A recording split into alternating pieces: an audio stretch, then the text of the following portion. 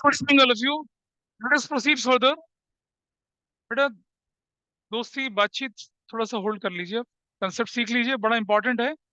जब आप प्रैक्टिकल करना शुरू करेंगे ना, इनका बार बार रेफरेंस आएगा, स्पेशली इस चैप्टर का। इतना इंपॉर्टेंट है।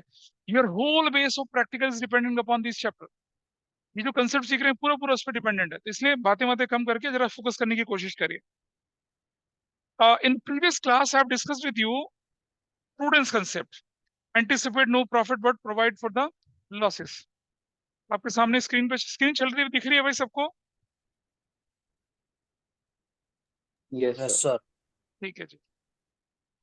मैंने कहा था कि as per prudence concept, conservatism principal, हम क्या करते हैं? We anticipate no profit but always provide for the losses. इसी प्रिंसिपल की वजह से हम क्या करते हैं? क्लोजिंग स्टॉक को कॉस्ट या market whichever is lower पर रिकॉर्ड करते हैं। इसके बारे में कितना डिस्कशन किया था मैंने?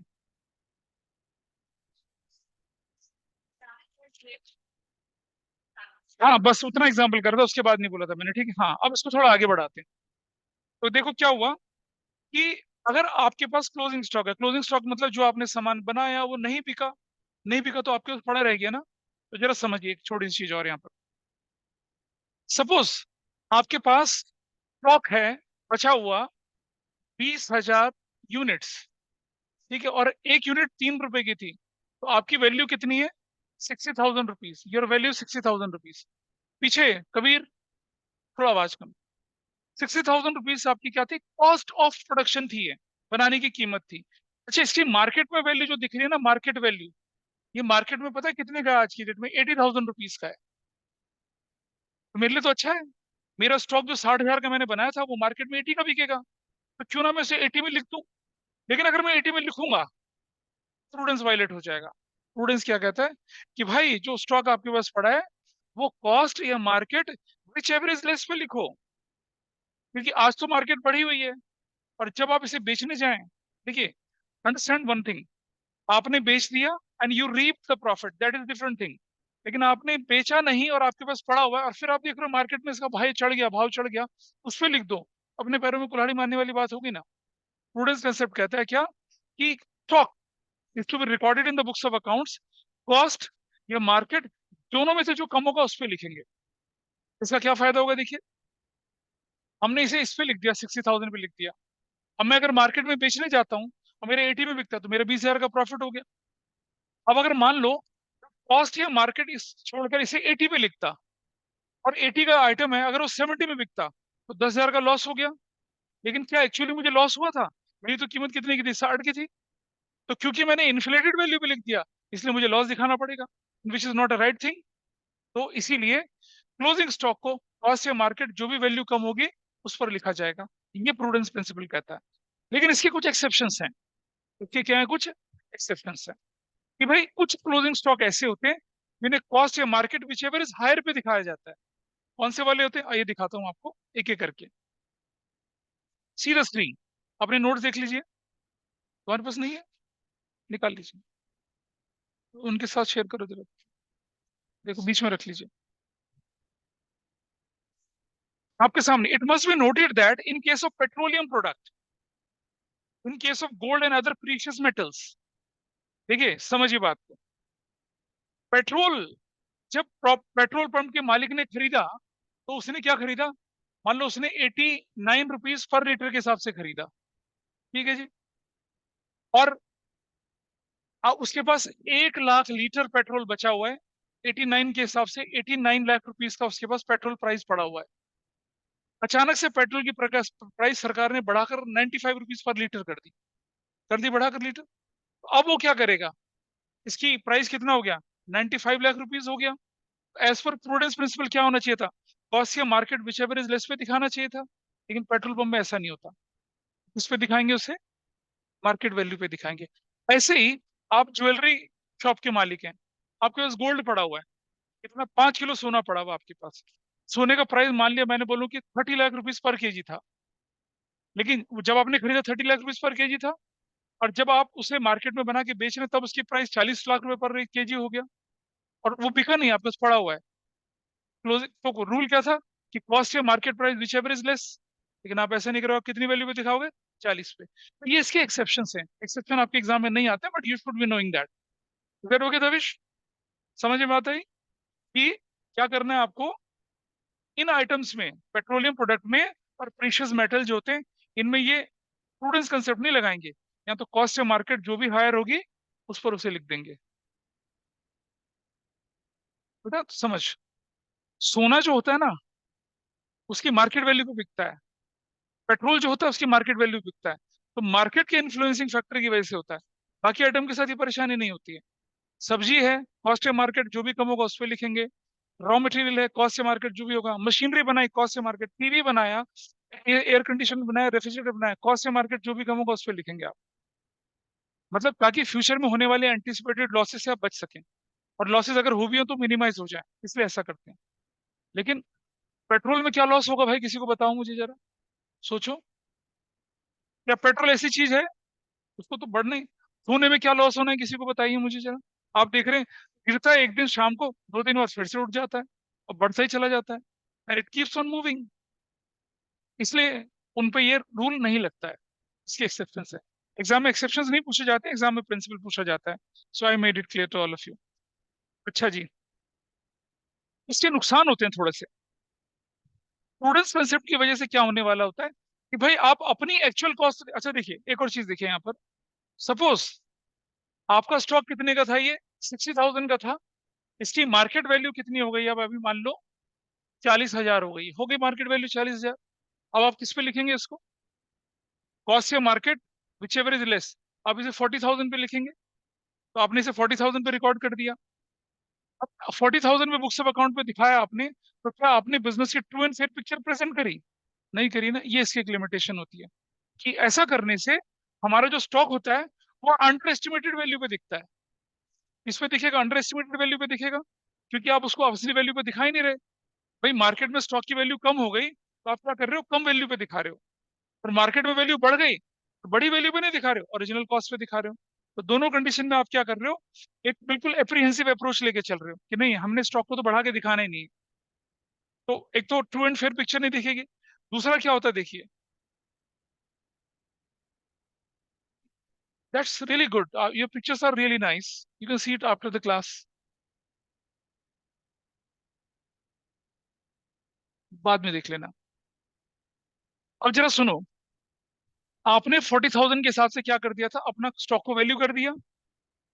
मार्केट में वो बिका मान लो 80,000 के हिसाब से, ठीक है। तो आप क्या कर रहे हैं, आप बोलेंगे 40,000 की चीज थी, आपकी बुक्स की वैल्यू कितनी थी, 60,000 की वैल्यू थी, सेल कितने में कर दिया आपने, उसको 80,000 में कर दिया। तो अगर आप 40,000 कॉस्ट वाली चीज को अपनी बुक्स में 60,000 में दिखाओगे तो भी आपकी कॉस्ट रिकवर हो गई, ठीक है। और 20,000 का आपने क्या बना लिया, सीक्रेट प्रॉफिट बना लिया।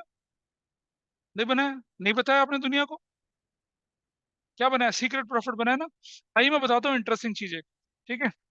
सीक्रेट वाली चीज क्या होती है? हाँ, इसी को तो विंडो ड्रेसिंग बोलेंगे आप, कि जो फैक्ट थे उसे आपने छुपा दिया, विंडो ड्रेसिंग बोल रहे हैं यहाँ पर आके, ठीक है। तो इसके ड्रॉबैक्स हैं, क्रिटिसिज्म है क्या, में led to creation of secret reserves. मतलब बहुत सारी प्रोविजंस आप बनाते हैं, प्रॉफिट को क्या करते हैं आप, मतलब अपने स्टॉक को अंडर एस्टिमेटेड वैल्यू पे दिखाते हैं, और जब वो बिकता ज्यादा में है तो वो आप जो आपको एक्स्ट्रा प्रॉफिट हो उसे आप छुपा लेते हैं, नहीं दिखाते आप। And it's a common practice. अच्छे से क्या होने वाला है, प्रॉफिट को आपने कम किया, सीक्रेट रिजर्व बनाया, और अपनी टैक्सेबल इनकम कम कर दी, तो सरकार को क्या कर दिया आपने, टैक्स का चूना भी लगाया, ठीक है। लेकिन फिर भी लोग करते हैं इसको, ठीक है। और एक और परेशानी होती है क्या, लाइबिलिटीज हैं आपकी। मान लो आपकी लाइबिलिटी 1 लाख रुपए की है, लेकिन आप बुक्स ऑफ अकाउंट से बात, मेरी लाइबिलिटी तो 1.5 लाख की है। उससे क्या होता है फ्यूचर में, जब आप लाइबिलिटी की पेमेंट करते हो तो 1 लाख पेमेंट करते हो, 50,000 आपने फिर बचा लिया, फिर से सीक्रेट रिजर्व बन गया। तो ये बिजनेस के लिए तो अच्छा है, मालिक के लिए अच्छा है, लेकिन जो अकाउंटिंग प्रैक्टिसेस हैं वो क्या होती है, फ्लॉड हो जाती हैं फिर, ठीक है। और मैं एग्जांपल बताता हूँ रियल लाइफ में इसका क्या होता है। देखिए, I just tell you, I must not, मैं इसे ना रिकॉर्डिंग में नहीं डाल रहा हूँ क्योंकि थोड़ा सा कंट्रोवर्शियल पॉइंट है। तो जो आपके सामने एग्जांपल मैंने बोला क्या था, that was a secret reserve which they created, ठीक है। तो बिजनेस क्या करता है, अपने लॉसेस को इन्फ्लेट करके दिखा रहा होता है। लॉसेस उतरे नहीं हुए लेकिन ज्यादा दिखा दिए। तो लॉसेस को पूरा करने के लिए आपके पास जो पैसा था वो आपने सीक्रेट रिजर्व की फॉर्म में दिखा दिया। जैसे मैंने बोला प्रोविजन फॉर डेप्रिसिएशन, अब आपकी जो एक्चुअल डेप्रिसिएशन हुआ 10% से हुआ, और आपने प्रोविजन बना दिया 20% का, तो एक्चुअल जो डिक्रीज हुआ 10% हुआ, जो 10% एक्स्ट्रा बना है वो क्या बन गया, सीक्रेट रिजर्व बन गया। तो प्रूडेंस कंसेप्ट से ये सारी चीजें भी होती हैं, लेकिन सीक्रेट रिजर्व इन सब बातों को आपने ध्यान नहीं देना। आपके एग्जाम में जो क्वेश्चन आते हैं कि प्रूडेंस होता क्या है और क्लोजिंग स्टॉक पे कैसे लगता है, उसका भी डिस्कशन करना है। ये तो जब बात निकल गई तो मैंने आपको बता दिया। I hope everybody is okay with this. बोलो भाई। ठीक है, चलो थोड़ा सा आगे चलते हैं हम। अब आगे बढ़े थोड़ा सा। अगला हमारे पास कंसेप्ट है हिस्टोरिकल प्रिंसिपल या हिस्टोरिकल कॉस्ट प्रिंसिपल। ये बड़ा सिंपल सी बात कहता है भाई, record an asset eight its acquisition cost. जितने में आपने खरीदी है उतने में दिखाइए उसे, और वो जो कॉस्ट आप रिकॉर्ड कर रहे हैं that will be the basis of accounting for a future. कैसे? देखिए एक और एग्जांपल बताता हूँ आपको। आपने एक मशीन जर्मनी से मंगवाई, कितने की थी, 50 लाख रुपए की। ठीक है जी। वो मशीन जर्मनी से बाय एयर मुंबई आई, और उस पर 10 लाख रुपए का बाय एयर का खर्चा लग गया। ठीक है जी। फिर मुंबई से वो कहा नोएडा जब आई, उस पर 2 लाख रुपए का खर्चा और लग गया। ठीक है। फिर उसके बाद जब नोएडा में आपने उसे फैक्ट्री में लगाया, तो उसको एस्टेब्लिश करने के लिए और सब कुछ उसके अंदर वायरिंग वायरिंग करने के लिए, मैकेनिक इंस्टॉल करने के लिए आपका 50 हजार का खर्चा और लग गया। तो मुझे बताइए इस मशीन को वर्केबल बनाने में कितना, 50, 60, 62, 62 लाख 50,000 रुपीज आपका खर्च हुआ। This is your acquisition cost. क्या कहलाएगी ये आपकी एक्विजिशन कॉस्ट। तो समझिए हिस्टोरिकल कॉस्ट प्रिंसिपल क्या कहता है कि assets has to be recorded at its acquisition cost. और मैंने एक्विजिशन कॉस्ट बताई क्या, वो सारे के सारे खर्चे, मशीन की कीमत, उसको ट्रांसपोर्ट करके ऑफिस तक लाने का खर्चा, उसको चालू करने का खर्चा, वो सब उसकी एक्विजिशन कॉस्ट में जाता है। आपको साधारण एग्जांपल से बताऊं, जब आप कोई गाड़ी खरीदते हैं तो आपको डीलर क्या बोलता है, सर एक्स शोरूम प्राइस है 10 लाख रुपया, ऑन रोड प्राइस कितना है, 12 लाख रुपया। तो जब आपकी गाड़ी आती है तो आप पूछते हैं ना, साहब भट दोस्त पूछता भाई कितने की पड़ी, तो आप कहते हो यार 12 लाख की पड़ी। ये थोड़ी बोलते हो 10 लाख की पड़ी, क्योंकि आपकी जेब से कितना खर्च हुआ, 12 लाख रुपए खर्च हुआ ना आपकी जेब से, तो हुआ ना खर्च। पिछली क्लास में मैंने समझाया था ना आपको कि आप जब खरीदते हैं तो कोई लॉस या कोई प्रॉफिट नहीं होता, होता है। कतरीना कैफ की रुमाल की बात करी थी ना मैंने आपको। तो अब क्या है देखिए, तो जो खर्चा आपने कर दिया उस एसेट्स को खरीदने में और उसको वर्केबल बनाने में, that is recorded in the sub accounts. Historical cost यही कहता है, जितनी कॉस्ट आपने इनकर करी है एसेट्स को खरीदने में और उसे वर्केबल कंडीशन में लाने पे, that is known as your acquisition cost. और अकाउंटिंग में किस पे रिकॉर्ड करेंगे आप उसे, एक्विजिशन कॉस्ट पे रिकॉर्ड करेंगे। देखिए कंटेंट क्या कहता है, आप नोट देखिए। ये कहते हैं क्या, assets recorded at the cost at the time of its acquisition, और उसके बाद आप क्या करते हैं, धीरे धीरे उसे रिड्यूस करते चले जाते हैं बाय वे ऑफ डिप्रिसिएशन। है ना। भाई आपने 15 लाख की कार खरीदी, अब 1 साल बाद उसकी कीमत 15 लाख ही रहेगी क्या, कम हो जाएगी ना। क्या गाड़ी चली गई, गाड़ी का एक्सीडेंट हो गया, या गाड़ी का नया मॉडल आ गया, बहुत सारे फैक्टर होते हैं, वैल्यू गॉट रिड्यूस्ड। फिर आप उसको धीरे धीरे रिड्यूस वैल्यू पे दिखाते हैं, समझना। एक्विजिशन कॉस्ट माइनस डिप्रिसिएशन बन जाता है book value. Acquisition cost minus depreciation क्या बनता है, that becomes the book value. Got it. हाँ, ये टेंजिबल एसेट से इंटेंजिबल एसेट से रिलेटेड होता है। अच्छा सुनो, करंट एसेट्स जो होती है ना, उसमें तो क्या होना है, परचेज गुड्स खरीद ली, गुड्स खरीदने में जो खर्चा हुआ वो एक्सपेंस अलग से बन जाता है, उसकी कीमत में नहीं जुड़ता। ठीक है, जैसे मैं बताऊं, मान लो आपने क्या कर दिया, आप गारमेंट का शॉप चलाते हैं, मतलब आपकी गारमेंट की फैक्ट्री है। ठीक है, आपने गारमेंट की फैक्ट्री, ठीक है, और आपने गारमेंट खरीद लिया, मतलब आपने क्या कर दिया, मान लो चलो कपड़ा खरीद लिया, पैंट का, शर्ट का, टी शर्ट का कपड़ा खरीद लिया। ठीक है, उसको खरीदने में आपके थोड़े बहुत खर्चे लग गए। ठीक है, तो जब आप कॉस्ट ऑफ गुड्स सोल्ड निकालते हो ना, उस समय उसको जोड़ देते हो, लेकिन उसकी एक्चुअल कॉस्ट जो रॉ मटेरियल उसमें नहीं जुड़ता है। मान लो आपने 50 हजार का कपड़ा खरीदा, 5 हजार रुपये रिक्शे वाले का लग गया आपके यहाँ पर डिलीवर करने में, तो आपकी कॉस्ट ऑफ मटेरियल क्या कहलाएगी, 50 कहलाएगी। 5 हजार आपका क्या कहलाएगा, कन्वेंस चार्ज कहलाएगा। तो अलग अलग दिखाएंगे। लेकिन अगर आपने 50 हजार की मशीन खरीदी और 5 हजार रुपये रिक्शे वाले को डिलीवरी के लिए दिया, तो आपकी मशीन की कॉस्ट 55,000 कहलाएगी। कितना फर्क होता है, क्या डाउट था, इसका डाउट था बताओ।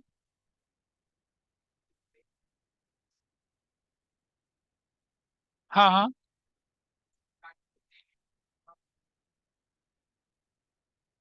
हाँ जी, हो गया।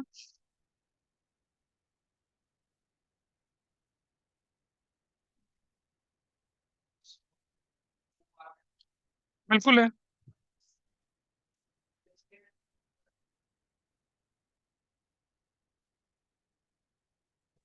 हाँ हाँ हाँ। अच्छा ठीक है। इस बच्चे का क्वेश्चन ये था कि मान लिया जाए आपने कोई चीज 60 लाख में खरीद ली, ठीक है, 60 लाख में खरीद ली, और हर साल 10-10% डिप्रेशन चार्ज कर दिया। तो 5 साल 60 लाख का 10% कितना होता है? चलो मैं मान के चलूं कितने की थी मशीन आपकी। सपोज आपने क्या करा, कोई मशीन खरीद ली कितने में, 50 लाख में खरीद ली। 50 लाख में आपने मशीन खरीद ली, दैट्स फाइन। 10% डिप्रिसिएशन कितना हो गया इसका?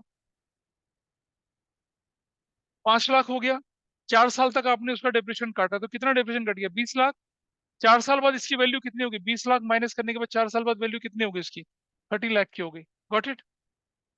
अब 30 लाख की चीज अगर आप 20 लाख में बेच रहे हो, तो यू हैव अ प्रॉफिट और लॉस?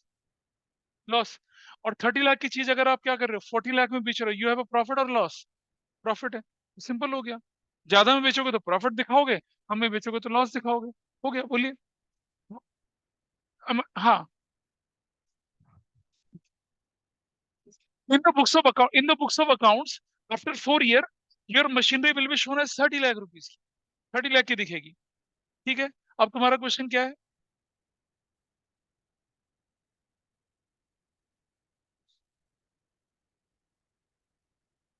हाँ बिल्कुल सही है। बेटा प्रूडेंस प्रिंसिपल मत लगाओ यहाँ पर। प्रूडेंस प्रिंसिपल तो गुड्स के लिए था, एसेट्स के लिए थोड़ी था। प्लीज समझिए। Don't get confuse with prudence concept. Prudence concept इससे उनके दिमाग में ये रहा कि cost market whichever is less पे लिखना है, नहीं। वो गुड्स के लिए है, कंज्यूमेबल आइटम के लिए है, एसेट्स के लिए थोड़ी है। एसेट्स तो किस पे दिखाई जाएगी? एक्विजिशन कॉस्ट माइनस डेप्रिसिएशन, जो वैल्यू होगी उसी पे दिखाई जाएगी। गुड्स के साथ ऐसा नहीं होगा। गुड्स किस पे दिखाया जाएगा? कॉस्ट से market whichever is less. और भाई गुड्स और एसेट्स में तो डिफरेंस होता है। गुड्स रिसेल के लिए होता है, एसेट्स रिसेल के लिए थोड़ी होती है। उसके साथ नहीं कंपेयर करेंगे उसको। हाँ बोलिए।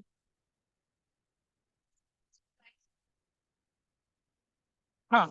तो नहीं हो रहे ना प्राइस लेवल चेंजेस। अब आप देखिए, आपकी मशीन तो देखो, मैं एक और एग्जांपल आपके सामने ले रहा हूँ। भाई आप कहाँ रहती हो बताओ? Where do stay? सेक्टर 75 में रहते हैं, ठीक है। और आपके पापा ने एक घर खरीदा था, मान लो 1 करोड़ रुपए का। ठीक है, 3 BHK का घर था, सर्वेंट क्वार्टर टायर गैराज के साथ। 1 करोड़ का खरीद लिया। कब खरीदा? मान लो उन्होंने खरीद लिया सपोज 2016 में खरीद लिया था। आज वो 1 करोड़ का घर कितने का होगा 2024 में? बताओ तो जरा मुझे। हाँ कितना? 3 करोड़ तो कम से कम मान के चलो। 3 करोड़ मान के चलो। लेकिन जब हम अकाउंटिंग करेंगे इसकी, और इसका 10% डेप्रिसिएशन लगा रहे हैं, हम लगा रहे हैं 10% डेप्रिसिएशन। ठीक है। तो जरा मुझे बता, हर साल कितनी वैल्यू कम होगी इसकी? 10 लाख।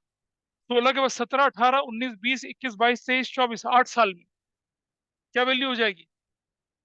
80 लाख रुपए इसकी वैल्यू कम हो जाएगी। आपकी बुक्स ऑफ अकाउंट में कितने का दिखेगा वो? 20 लाख का। मार्केट में कितने का जा रहा है? 3 करोड़ का। तो प्राइस लेवल चेंज इग्नोर हो तो गया? हुआ नहीं? बता। ही हैज अ क्वेश्चन कि accounting ignores price level changes. हाँ, accounting ignore price level changes. इसका घर जो 1 लाख का है, जिसकी मार्केट वैल्यू 3 करोड़ है, डेप्रिसिएशन करने के बाद बुक वैल्यू कितनी दिख रही है उसकी? 20 लाख दिख रही है। तो अकाउंटिंग ने उस प्राइस में होने वाले चेंजेस को तो इग्नोर ही कर दिया। दैट हैपेंस, बोलो। क्या प्रॉफिट? अरे प्रॉफिट। हाँ। तो अगर हम बेचेंगे तो बेटा जब हम बेचते ना, तो बुक वैल्यू को मार्केट से कंपेयर करते हैं। बुक वैल्यू कितनी? 20 लाख। मार्केट में कितने का बिक रहा है? 3 करोड़ का। आपको प्रॉफिट दिखेगा कितने का? 2 करोड़ 80 लाख का। ना बेटा, बुक वैल्यू तो घट गई ना, 80 लाख कम होगी ना। नहीं। अब वो थोड़ी देखना होता है कि कैश मिला या क्रेडिट मिला, वो तो बात की बात है ना। अप्रूवल तो लिख देगा उसको आज ही।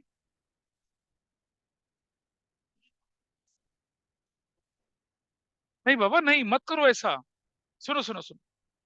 आपने 1 करोड़ में खरीदा था उसको। 8 साल तक जब आपने डिप्रेशन लगाया तो कितना? 80 लाख कम हो गया।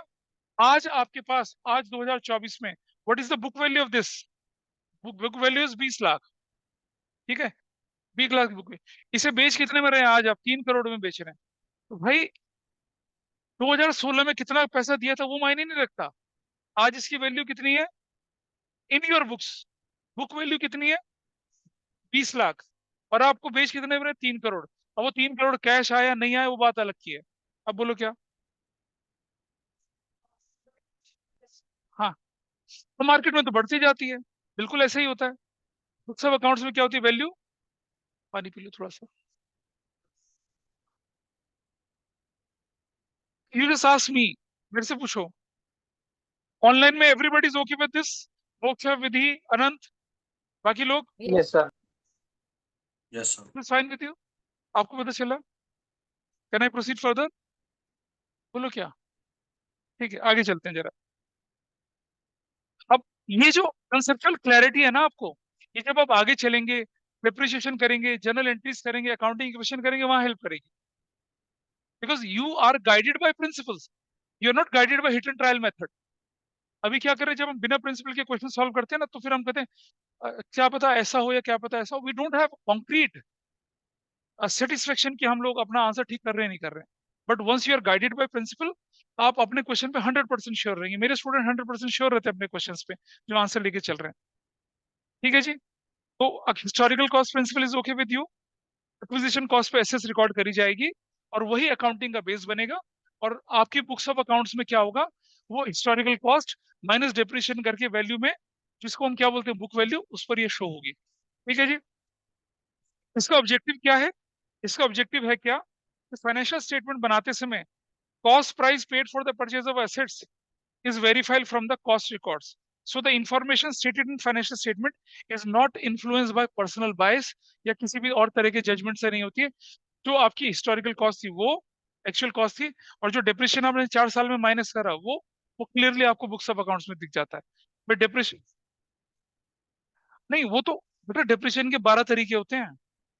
12 तरीके से डिप्रिसिएशन चार्ज किया जाता है बुक्स ऑफ अकाउंट्स में। अब हम, अच्छा किसी में स्ट्रेट लाइन मेथड अगर हम बोले वो तो बाद में पढ़ेंगे, आपका मतलब 17वां 18वां चैप्टर है, तो वहां तो डिप्रेशन हर साल सेम होगा। कई बार हर साल डिप्रेशन बदलता भी है। पर there are 12 methods of depreciation जो कि पूरी अकाउंटिंग में चलते हैं। हमारे सिलेबस में सिर्फ 2 नन्हे नन्हे से मेथड है। यू कांट से कि डिप्रेशन सेम रहेगा, बिल्कुल नहीं। और वैसे भी सोचो, एक साल आपकी गाड़ी स्मूथली चली, अगले साल आपकी गाड़ी के 3 एक्सीडेंट हो गए, तो आपकी गाड़ी की वैल्यू तो बहुत ज्यादा गिर गई ना। तो depreciation is influence by so many factors. या गाड़ी का मॉडल ही बदल गया। ठीक है, मैंने देखा मेरे पड़ोस में एक बंदे ने क्या खरीदा, i20 खरीदी। बड़ा धूमधाम से उसने वो क्या कहते हैं वो, ऐसे पटाखे उठा के झालर वालर फोड़े।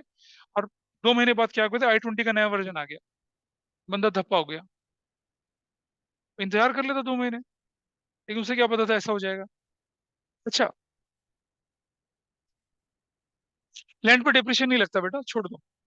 लैंड इज, मैंने बोला था land is exempted from depreciation, तभी बोला था बेसिक अकाउंटिंग टर्म्स में। जमीन में थोड़ी डेप्रिशिएशन लगेगा, तो वो उसके जुरिसडिक्शन में आता ही नहीं है। लैंड तो क्या होगा, जो कॉस्ट है वही रहेगी। अच्छा देखो, आपने एक जमीन का टुकड़ा खरीदा था मान लो 20 लाख में, तो आपकी बुक्स ऑफ अकाउंट में 20 लाख ही दिखेगा वो तो, उस पर डिप्रेशन लगा ही नहीं सकते आप। लेकिन मार्केट में वैल्यू 4 करोड़ पहुंच गई है, तो 4 करोड़ का फायदा तब मिलेगा ना जब बेचोगे उसे, वरना बुक्स में 20 करोड़ का दिखेगा, बोला 10 लाख का दिखेगा। बोलिए।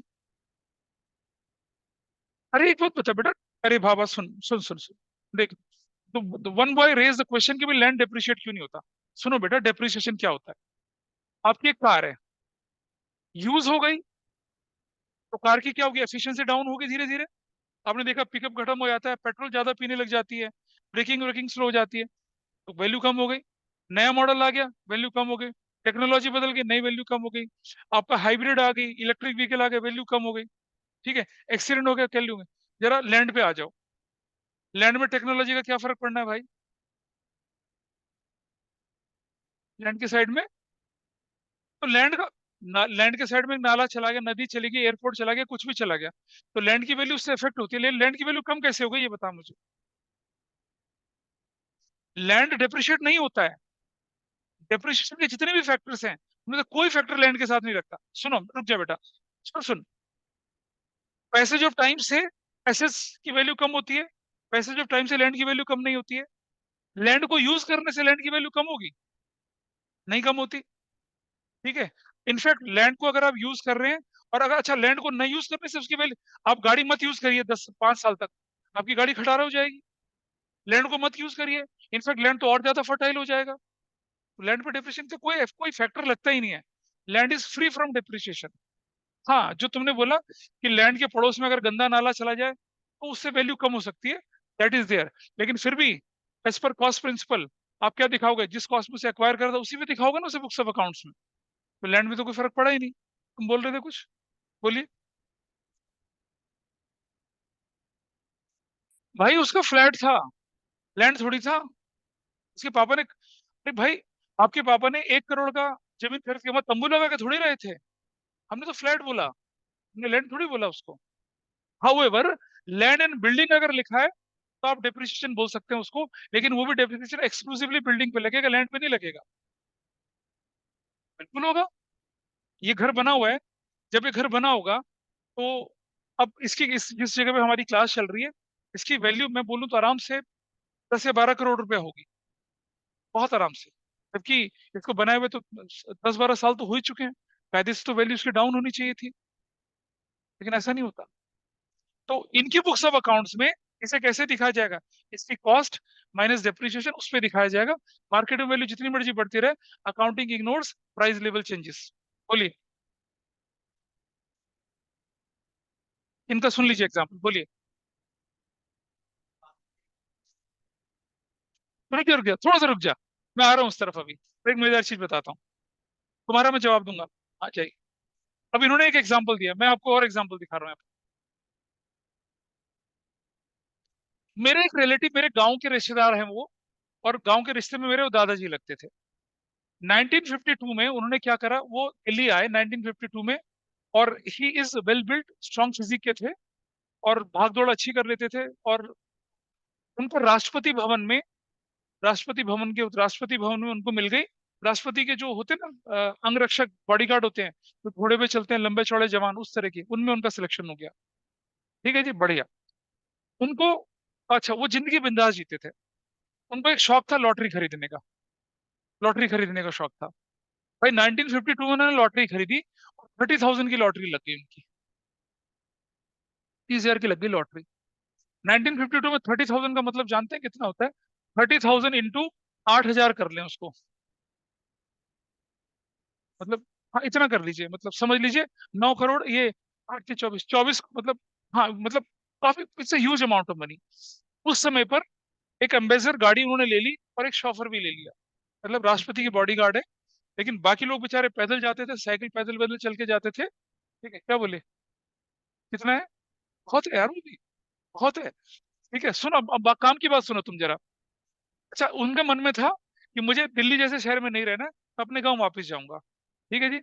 और अम्बेसडर गाड़ी खरीद ली, और अम्बेसडर गाड़ी खरीदी, उस पर शॉफर रख लिया, और घूमना फिरना मस्ती, कभी गोवा जा रहे हैं, कभी मुंबई जा रहे हैं, गाड़ी में तेल पेट्रोल बढ़िया। ठीक है, बिंदास जिंदगी जी। एक काम करा क्या, गांव में अपना घर अच्छे से बनवाया, और उसके बाद कुछ नहीं, खाया पिया उड़ाया, 4 5 साल में सब पैसा बराबर कर दिया। 1952 में अगर ये व्यक्ति डिफेंस कॉलोनी में, साउथ एक्स में, लाजपत नगर के आसपास, लाजपत नगर तो खैर बना ही नहीं था, उस तरफ वाले एरिया में अगर जमीन का टुकड़ा ले लेते तो कितने का मिल रहा था वो? 300 रुपया, 100 रुपया, 150 रुपया ऐसे मिलता था। खरीद लेते तो तुम्हारे दादू जी ने जो करा था ना अच्छा काम, इनकी जनरेशन क्या होती, सुख पा रही होती आज की डेट में। क्या होगा, लैंड की वैल्यू हाईली इन्फ्लेट हो गई ना। तो आपके दादाजी ने जो खरीदा होगा उस जगह पे, कम कीमत में खरीदा होगा, आज वो शायद, मैं बोलूं, हाँ 30 करोड़। और कितना जमीन का टुकड़ा? हाँ एक घर है, 200 मीटर, 200 स्क्वायर, मतलब 200 गज का, 500 गज का मान लो, 1,000 गज का मान लो। ठीक है, कितना खर्च करा होगा? मुश्किल से 2,000 3,000, अगर 1951 52 की बात करूं मैं। ठीक है, 70s में तो खैर थोड़ा सा प्राइस बढ़ गया था, लेकिन मैं तो 20 साल पहले की बात कर रहा हूँ। ठीक है, उस समय जो एक घी होता था वो 25 पैसा, मतलब वो इस समय जो घी होता था 25 पैसा किलो, या 25 पैसा किलो के करीब हिसाब से घी मिलता था। आज वो घी 800 रुपए का है। बोलिए।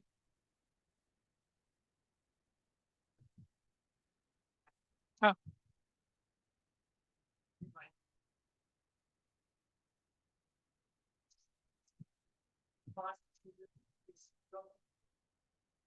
ऐसे बहुत सारे एग्जाम्पल मैं दे रहा हूँ आपके सामने। अ, अरे यार, मतलब आई विल टेल यू। मैं रिसेंटली जम्मू गया। जम्मू के महाराजा जो होते थे, उन्होंने क्या करा कि अपना महाराजा करण सिंह के फादर हरि सिंह, उन्होंने क्या करा, एक बाग है, बहुत बड़ा बाग, मतलब एक बाग था, बहुत बड़ा बाग, 15,000 रुपए में किसी को बेच दिया था। ठीक है। और कितना, करीब करीब 150 एकड़ का बाग था, और 150 एकड़ की जमीन जम्मू में 15,000 रुपए में बेच दी उसको। बताओ। अब हरि सिंह स्ट्रगल कर रहे हैं, गाइड ने मुझे बताया। हरि सिंह, सॉरी, करण सिंह जो है वो स्ट्रगल कर रहे हैं उस जमीन को वापस लेने के लिए।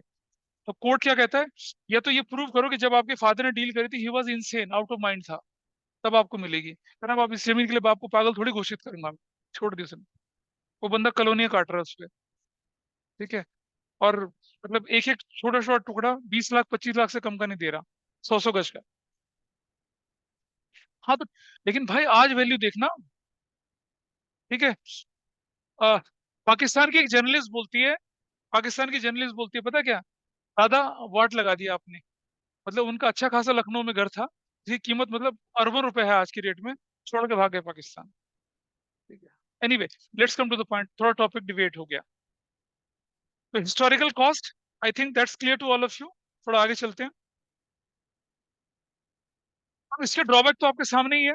क्या होता है भाई ये आ, ये क्या कहता है, it ignores recording assets for which nothing monetary term is paid. अच्छा, हिस्टोरिकल कॉस्ट एक बात और कहता है, ये कहता है कि अगर कोई एसेट्स आपको फ्री या गिफ्ट में मिली है, तो ठीक है, अगर आपको कोई एसेट्स फ्री में मिली है या गिफ्ट में मिली है, अगर आपने उसके लिए कोई पेमेंट नहीं करी है, तो फिर उसे आप अपनी बुक्स ऑफ अकाउंट्स में रिकॉर्ड नहीं कर सकते। बहुत साफ साफ कहता है। मान लो आपके दादाजी ने आपको 30 करोड़ की प्रॉपर्टी गिफ्ट कर दी। ठीक है जी। तो आप उसे अपनी बुक्स ऑफ अकाउंट्स में दिखा नहीं सकते उसको। आपके पास प्रॉपर्टी के राइट रहेंगे, सब कुछ रहेगा, उसे दिखा नहीं सकते। लेकिन अगर आपने उसे दादाजी से अपने नाम पर ट्रांसफर करने में 2 करोड़ रुपए खर्च कर दिया, तो आपकी एक्विजिशन कॉस्ट कितनी कहलाएगी उस एसेट्स के लिए? 2 करोड़ रुपए बुक्स ऑफ अकाउंट्स में उसे लिखा जाएगा। तो ये कहता है, इसकी लिमिटेशन क्या है, कि it ignores recording of assets for which nothing in monetary terms is paid.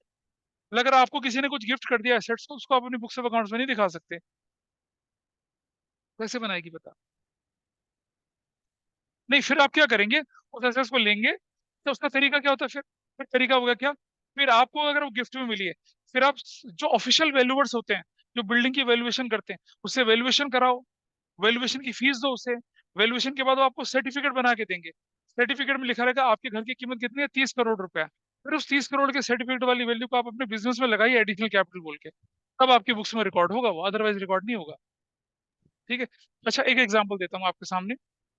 आपने देखा होगा, हिस्ट्री टीवी 18 पे एक शो आता है, उसमें होता है पॉन शॉप, सुना है किसी ने ये? हाँ, उसमें एक सिंपल सा डायलॉग होता है, हर आइटम के पीछे क्या होता है, हिस्ट्री होती है, और आगे क्या होता है, प्राइस होता है। उनके पास कई बार क्या होता है, पुराने जमाने की बंदूकें, पुराने जमाने की बहुत सारी चीजें आती हैं। दे कांट जज the value of that particular artifact, तो वो क्या करते हैं, एक्सपर्ट को बुलाते हैं ना। तो एक्सपर्ट फ्री में थोड़ी आते हैं, वो आते हैं, उसको जज करते हैं, फिर वो क्या करते हैं, सर्टिफिकेट बकायदा बना के देते हैं कि भाई इसकी वैल्यू क्या है, एक्यूरेट है, और उसकी वैल्यू लगा के देते हैं। फिर देखा ना, फिर वो डील करना शुरू करता है, नहीं मैं $2,000 दूंगा, मैं 5 दूंगा, नहीं 6 दूंगा, है ना, वैसा करके। दद्दू हैं, चमली हैं, बहुत सारे कैरेक्टर हैं उसके अंदर, बड़ा इंटरेस्टिंग लगता था मुझे। अब पता नहीं आता है नहीं आता मुझे, अभी भी आता है ना। उसमें उसमें देखिएगा आपको हिस्टोरिकल कॉस्ट क्या होती है। उसको घर की खुदाई में एक बंदूक मिल गई, वो उठा के ले आया, पॉन शॉप पे ले गया, पॉन शॉपर ने सफाई वफाई करी उसकी, और वैल्यूअर को बुलाया। ये वो कहता है कि भाई ये तो किसके, नेपोलियन बोनापार्ट की बंदूक है, और उसकी वो वैल्यू लगा देता है। हिस्टोरिकल आर्टिफैक्ट की वैल्यू लगाने वाले वैल्यूअर होते हैं। उसने कहा इसकी वैल्यू $40,000 है। ठीक है। और उसको कहता है कि मैं इसे $25,000 में लूंगा। फिर देखा आपने, उनके बीच में नेगोशिएशन चलती है, और नेगोशिएशन होने के बाद क्या होता है, फिर कहते हैं ना, जब वो डील पक्की होती है, कहते हैं चलो पेपर वर्क करते हैं, बोलता है ना हमेशा आखिर में, let's do paper work. What is paper work? हाँ, सर्टिफिकेशन होते हैं सारे के सारे वो सब। एंड देन क्या होता है, that is what, genuine legal transfer of ownership भी होता है। भाई अभी तो आपको घर के बाहर मिली थी ना उसकी, आपके तो घर में पाई गई, इसलिए आपकी प्रॉपर्टी हो गई वो। लेकिन अगर मैं उठा के उसको बिना पेपर वर्क के उस पॉन शॉप वाले को बेच दूं, और कल मैं फिर पुलिस बुला के ले आऊं कि ये तो मेरे घर का कागज था, तो कागज दिखाएगा ना, देखो ट्रांसफर डीड है, सेल हुआ, वैल्यूअर की रिपोर्ट है, इसकी वैल्यू इतनी लगी, हमने इतना पे करा, ये ऑनलाइन ट्रांसफर के सर्टिफिकेट से सब कुछ होता है ना। हिस्टोरिकल कॉस्ट ऐसे काम करती है। Is that fine? चलते हैं आगे थोड़ा सा। सर लैंड की उस पे एप्रिसिएशन ही लगा सकते हैं। मैंने बोला आपसे कि बुक्स ऑफ अकाउंट्स में आप बेटा डेप्रिसिएशन रिकॉर्ड करते हो प्रूडेंस के हिसाब से, एप्रिसिएशन थोड़ी रिकॉर्ड करते हो। भी पढ़ के आए ना प्रिंसिपल हम लोग। Which principle we have studies? Prudence. वो क्या कहते हैं? Anticipate no profit but provide for the losses. तो उसी के चलते हम क्या करते हैं, लैंड में होने वाली एप्रिसिएशन को रिकॉर्ड नहीं करते। क्या रिकॉर्ड करते हैं सिर्फ? और लैंड में तो डेप्रिसिएशन होता ही नहीं है, तो लैंड अपनी स्टैटिक वैल्यू पे रिकॉर्ड होता है। वैसा चलता है कहाना। ठीक है। अच्छा, तो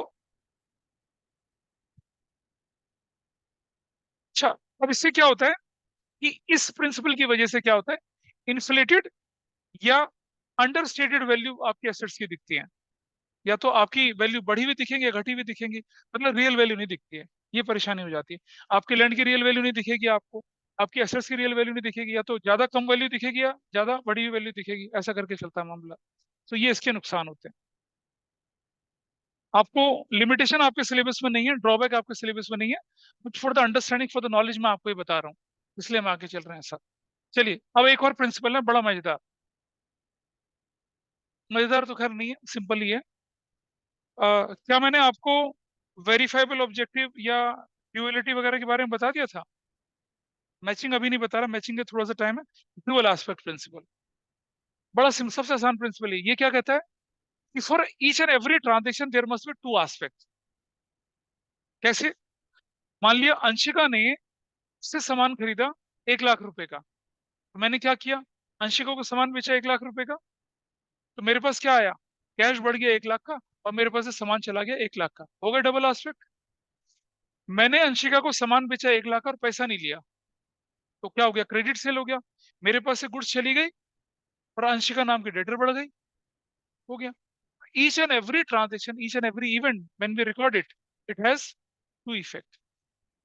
ठीक है, उनको हम नाम देते हैं डेबिट और क्रेडिट। याद है basic accounting terms? Debit and credit क्या होते हैं? अकाउंटिंग टर्मिनोलॉजी होती है। ठीक है, जो अकाउंट की एक लेफ्ट हैंड साइड होती है, क्या होती है, राइट हैंड साइड होती है। तो इस प्रिंसिपल में सिर्फ इतना ही बोलना है कि हर ट्रांजेक्शन के क्या होंगे, दो इफेक्ट होंगे। एक को हम डेबिट बोलेंगे, एक को क्या बोलेंगे, क्रेडिट बोलेंगे। ठीक है, जैसे नीचे एग्जांपल है, हमने बोला कि अंकित ने बिजनेस स्टार्ट करा 5 लाख के इन्वेस्टमेंट से इन कैश में। तो क्या होगा बताइए, आपके बिजनेस के पॉइंट ऑफ व्यू से सोचें। एक मेरा कैश बढ़ेगा और एक मेरी कैपिटल बढ़ेगी, सिंपल है। अच्छा, अब एक और चीज समझिए जरा, यहाँ देखिए, इसने 5 लाख रुपया लगाया, ठीक है, तो मेरा क्या हुआ, कैपिटल, और मेरा क्या हुआ, एसेट्स।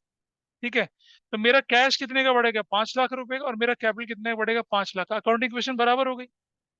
अब जरा सुनना, आई बोरोड 5 लाख फ्रॉम, ये बंदे ने borrowed 5 lakh from his wife, सिर्फ बोरोड फ्रॉम वाइफ, तो क्या बनेगा बताइए अब? 1 लाख रुपए बोरोड किया वाइफ से, क्या बनेगा, लाइबिलिटी बनेगी। क्या बोलेंगे इसको, लाइबिलिटी। तो क्या हो जाएगा, 1 लाख यहाँ जुड़ेगा, और ये 5 लाख बढ़कर कितना हो जाएगा, 6 लाख हो जाएगा। Got it? अच्छा, अब जरा समझना, अब लिखा है कि borrowed from father and invested into business 2 lakh. अब क्या हुआ, फर्क समझ रहे हो? सिर्फ बोरोड लिखा है तो लाइबिलिटी है, लेकिन बोरो किया और इन्वेस्ट कर दिया बिजनेस में, तो वो एडिशनल कैपिटल हो जाती है। अकाउंटिंग क्वेश्चन वाले समझे इस बात को? सिर्फ बोरोड किया तो लाइबिलिटी, लेकिन मैंने बोरो किया और फिर उसको बिजनेस में इन्वेस्ट कर दिया, तो क्या हो गया, क्या तो क्या हो जाएगा, 2 लाख यहाँ जाएगा, और इस 6 लाख की बजाय कितना हो जाएगा, 8 लाख हो जाएगा। It move in this way. ठीक है। अच्छा, अब मैं आपके सामने एक और चीज दिखा रहा हूँ, जरा ध्यान से देखना। हमारे क्वेश्चन में लिखा था कि started business with cash ₹5 lakh and by taking a bank loan ₹1 lakh. हमने लिखा क्या, रजत started a business with ₹5 lakh and by taking a bank loan of ₹1 lakh. अब बताइए क्या होगा, बताओ। ये है एसेट्स, और ये कैपिटल, और ये लायबिलिटीज। एसेट्स तो 6 लाख का हो गया, कैपिटल कितने, लायबिलिटी में 1 लाख।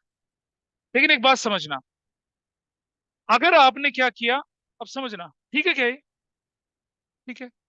अब अगर समझना, जब इसने 5 लाख, अच्छा देखो, by taking a bank loan rupees, अब सुनो लैंग्वेज में फर्क देखना, by taking a bank loan of rupees 1 lakh and invested into business. अब बताइए क्या हुआ? तो मतलब इसका मतलब क्या हुआ कि, अच्छा सुनो, बिजनेस आपको बनानी है अभी, तो बिजनेस के नाम पे तो लोन ले नहीं सकते, ले सकते हो क्या? बंदे ने लोन अपने नाम पे लिया होगा, और अपने नाम पे लोन लेके कहाँ लगाया होगा? बिजनेस में लगाया होगा। तो इस कंडीशन में क्या हो जाएगा, ये लायबिलिटी नहीं बनेगी, क्या हो जाएगी आपकी, 6 लाख की कैपिटल हो जाएगी।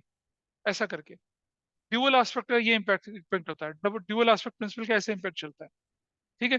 अच्छा इसने क्या करा, 5 लाख रुपए का कैश लगाया, 1 लाख रुपए का क्या लगाया, बैंक से लोन लेके लगाया, और स्टॉक कितने का लगा लिया, 3 लाख का, नंबर स्टॉक नहीं, बिल्डिंग, बिल्डिंग 3 लाख रुपए की लगा दी। अब, हाँ अब आप क्या बताइए क्या होगा?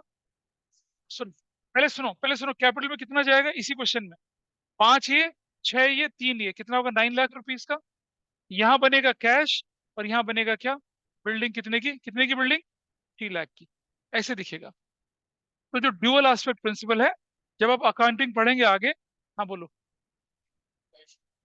किसका, भाई अपनी बिल्डिंग लगाई उसने, पढ़ तो लो, बिजनेस स्टार्ट कर रहे हैं, बिल्डिंग खरीदते तो बात अलग थी। He started business with cash, with building, and by taking a loan from bank, invested into business। तब कहानी ऐसे बनती है। तो अभी हम प्रैक्टिकल की तरफ नहीं चल रहे हैं, अभी तो हम क्या कर रहे हैं, नॉर्मल डिस्कशन कर रहे हैं। तो is that okay with you, dual aspect principle? और आप देख रहे हैं ना, काउंटिंग इक्वेशन इसी प्रिंसिपल से बनती है, ड्यूअल एस्पेक्ट से। ठीक है, चलो थोड़ा सा आगे चलते हैं। एक है ऑब्जेक्टिविटी और वेरीफाइबल ऑब्जेक्टिव कंसेप्ट। अकाउंटिंग में अकाउंटेंट हमेशा बोलता है एक छोटी सी बात, कि भाई कोई भी ट्रांजेक्शन करिए, उसका बिल लाइए, उसका वाउचर बनाइए। अगर आप बिल और वाउचर लेके नहीं आएंगे, and it will be considered, it will be deemed to be a fraud. मतलब किसी का बिजनेस चलता है, किसी का बिजनेस है, फैमिली बिजनेस है किसी का, तो आपके जो अकाउंटेंट वगैरह जो होते हैं, वो क्या करते हैं, हमेशा वाउचर बिल वही तो करते हैं वो लोग, हर चीज का वाउचर। मतलब अगर आपने अपने गेस्ट को 500 रुपए का सॉफ्ट ड्रिंक, कोल्ड ड्रिंक, समोसे, चाय खिला, वो भी खिला दिए, उसके भी वाउचर बनते हैं, बिल्कुल बनते हैं। पूछना अपने पेरेंट्स से आप, भाई आप, हाँ बिजनेस एक्सपेंस है ना, और अगर एक्सपेंस है तो उसका डॉक्यूमेंट तो होना ही चाहिए।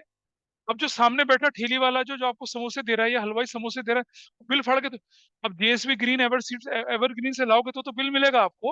लेकिन अगर आप लोकल, जो आपके घर के पड़ोस में दुकानदार है, हलवाई बैठा हुआ है, वो बिल फाड़ के देगा, 220 समोसों का बिल आपको नहीं देगा ना, कैसे उसको पे काउंट फॉर करेंगे, वाउचर बनते हैं उसके।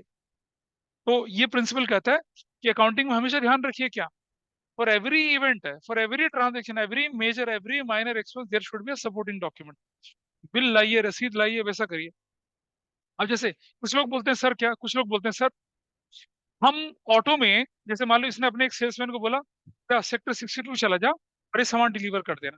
वो ऑटो में गया, उबर ओला के थ्रू नहीं गया, लोकल ऑटो वाले को हाथ दिया, सामान डलवाया, ई रिक्शा में सामान डलवाया, उसने बोला 250 रुपये लूंगा, 250 रुपये लेके चला गया। अब भाई इसका बिल वाउचर कैसे आएगा, कोई रिक्शा वाला तो पढ़ा लिखा ही नहीं है, उसका क्या तरीका होता है, कैसे बनेगा बिल वाउचर बताइए? पेटीएम नहीं, वो कैश ले रहा है, कह रहा बाबूजी पेटीएम नहीं मेरे पास, बनेगा, कैसे बनेगा मैं बताऊँ, कैसे बनेगा? आप क्या करेंगे, कागज पे लिखे, बोलो। अब ऑडिटर को वीडियो दिखाओगे क्या, कैसी बात कर रहे हो? नहीं नहीं, आप क्या करेंगे, आप क्या करेंगे, एक पेपर पे लिखेंगे, फ्रॉम सेक्टर 30 to 62, एक तरफ जाने का 125, टू एंड फ्रो 250 रुपया, ठीक है। और आप अपना साइन लिख के उस पर डेट डाल देंगे, और जो ऑटो वाला है, या तो उसे साइन करा लेंगे, नहीं होगा तो भाई अंगूठा लगवा लेंगे, और उसकी गाड़ी का नंबर लिख लेंगे, कर दिया, ये कागज बन गया।